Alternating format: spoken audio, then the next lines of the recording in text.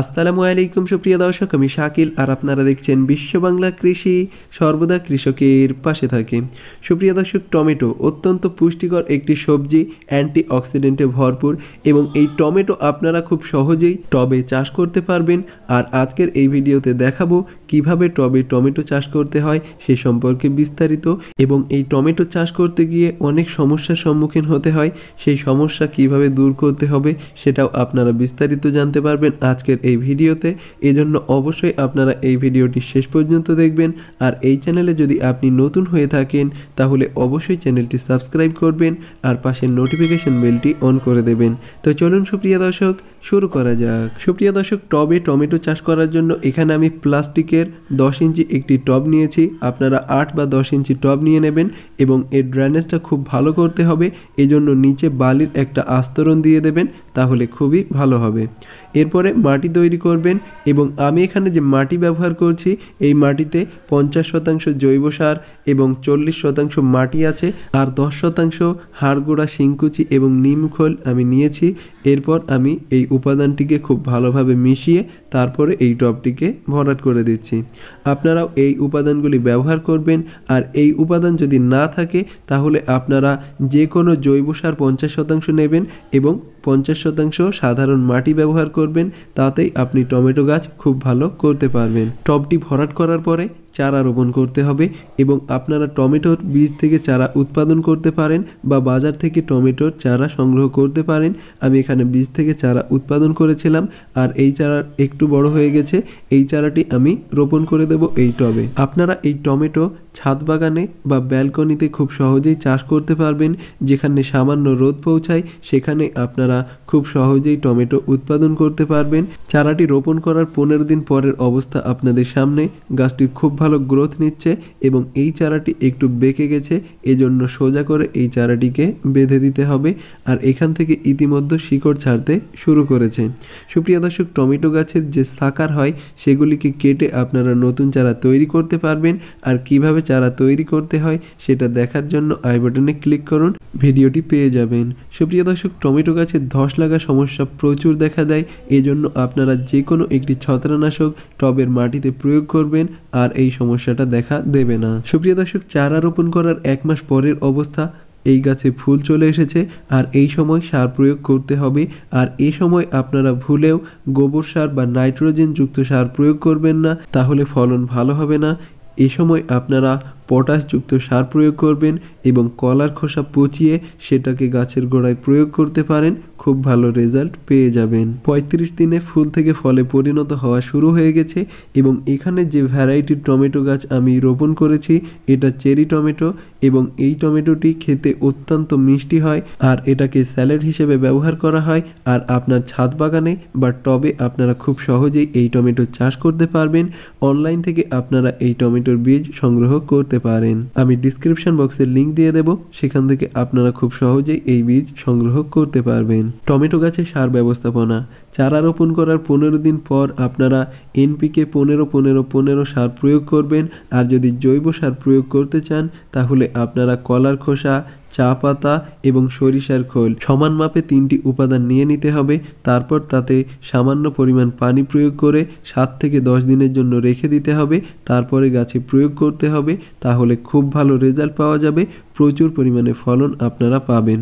এবং গাছটি যখন একটু বড় হয়ে যাবে এটার সাপোর্ট দেওয়ার জন্য আপনারা একটি লাঠি পুঁতে দেবেন এবং লাঠির সাথে গাছটিকে বেঁধে দেবেন। প্রয়োজনে আপনারা লাঠির উপরে মাচা তৈরি করতে পারেন, সেই পদ্ধতিতেও খুব সহজে টমেটো চাষ করতে পারবেন। এবং সুতো ব্যবহার করেও আপনারা টমেটো গাছ উপরে তুলতে পারবেন ঠিক এই পদ্ধতিতে।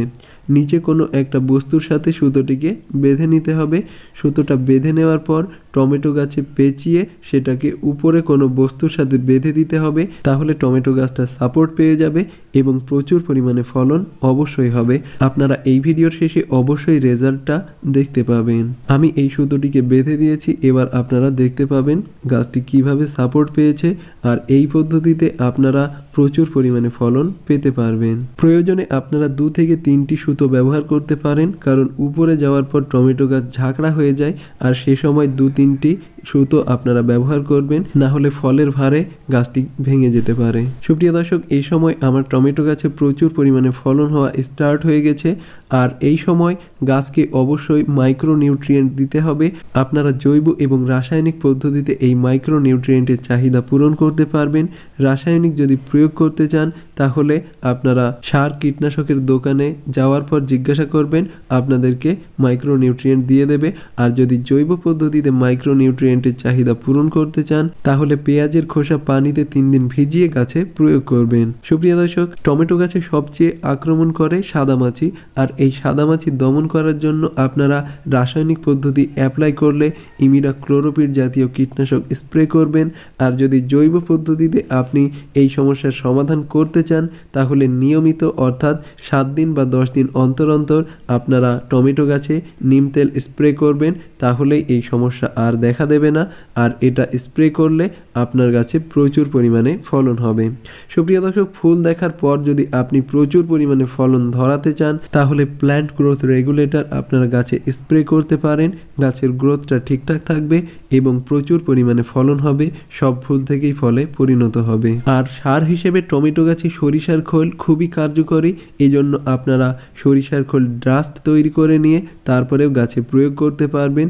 এবং এখানে আমি সরিষার খোল ডাস্ট তৈরি করে সেটাকে গাছে প্রয়োগ করব।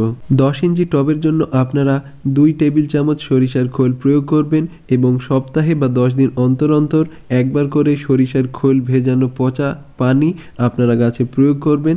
দেখবেন খুব ভালো গ্রোথ হবে এবং প্রচুর পরিমাণে ফলন হবে। সুপ্রিয় দর্শক, চেরি টমেটো যদি আপনি অত্যন্ত মিষ্টি করতে চান তাহলে গাছে বেকিং সোডা ব্যবহার করতে হবে। আর কিভাবে বেকিং সোডা ব্যবহার করতে হবে সেটা আমি পরবর্তী ভিডিওতে দেখাবো। আপনারা অবশ্যই বিশ্ব বাংলা কৃষি চ্যানেলের সাথে থাকবেন, চ্যানেলটি সাবস্ক্রাইব করবেন আর পাশের নোটিফিকেশন বেলটি অন করে দেবেন। সুপ্রিয় দর্শক, সরিষার খোল প্রয়োগ করার পর অবশ্যই পানি প্রয়োগ করতে হবে এবং টবের মাটি যদি অত্যন্ত ভেজা থাকে তাহলে পানি প্রয়োগ করার কোনো প্রয়োজন নেই।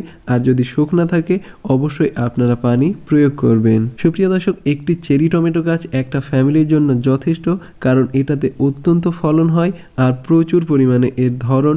আপনারা অবশ্যই চেরি টমেটো গাছ করতে পারেন আপনার ছাদ বাগানে। আর এই ভিডিওটি অবশ্যই আপনারা ফলো করবেন। আর যদি কোনো প্রশ্ন থাকে তাহলে অবশ্যই কমেন্টে জানাবেন।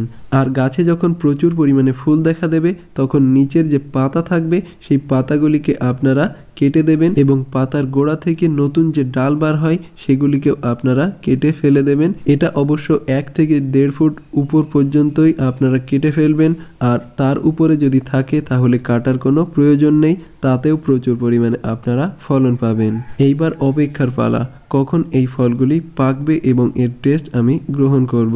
এই জন্য আমি বেশ কিছুদিন অপেক্ষা করি এবং একদিন দেখা দেয় এই ফলগুলি পাকতে শুরু করেছে এবং কয়েকটি পেকে গেছে।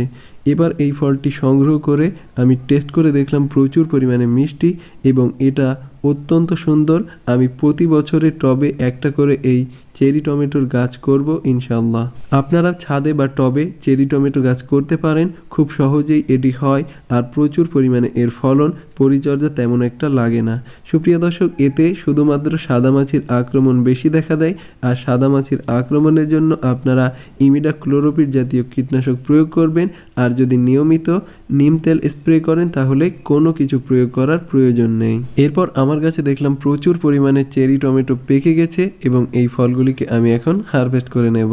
সুপ্রিয় দর্শক, আপনারা অবশ্যই টমেটো চাষ করবেন আর এই টমেটো অর্থাৎ চেরি টমেটো গাছ একটা অবশ্যই আপনার কাছে রাখবেন। সুপ্রিয় দর্শক, এই ভিডিওর মধ্যে কোনো জায়গা বুঝতে অসুবিধা হলে আপনারা অবশ্যই কমেন্টে জানাবেন, আমি দ্রুত রিপ্লাই দেব। ভিডিওটি ভালো লাগলে অবশ্যই লাইক করবেন এবং চ্যানেলটি সাবস্ক্রাইব করতে মোটেও ভুলবেন না। সুপ্রিয় দর্শক, ধৈর্য ধরে এই ভিডিওটি শেষ পর্যন্ত দেখার জন্য আপনাকে অসংখ্য ধন্যবাদ। থ্যাঙ্কস ফর ওয়াচিং বিশ্ব বাংলা কৃষি।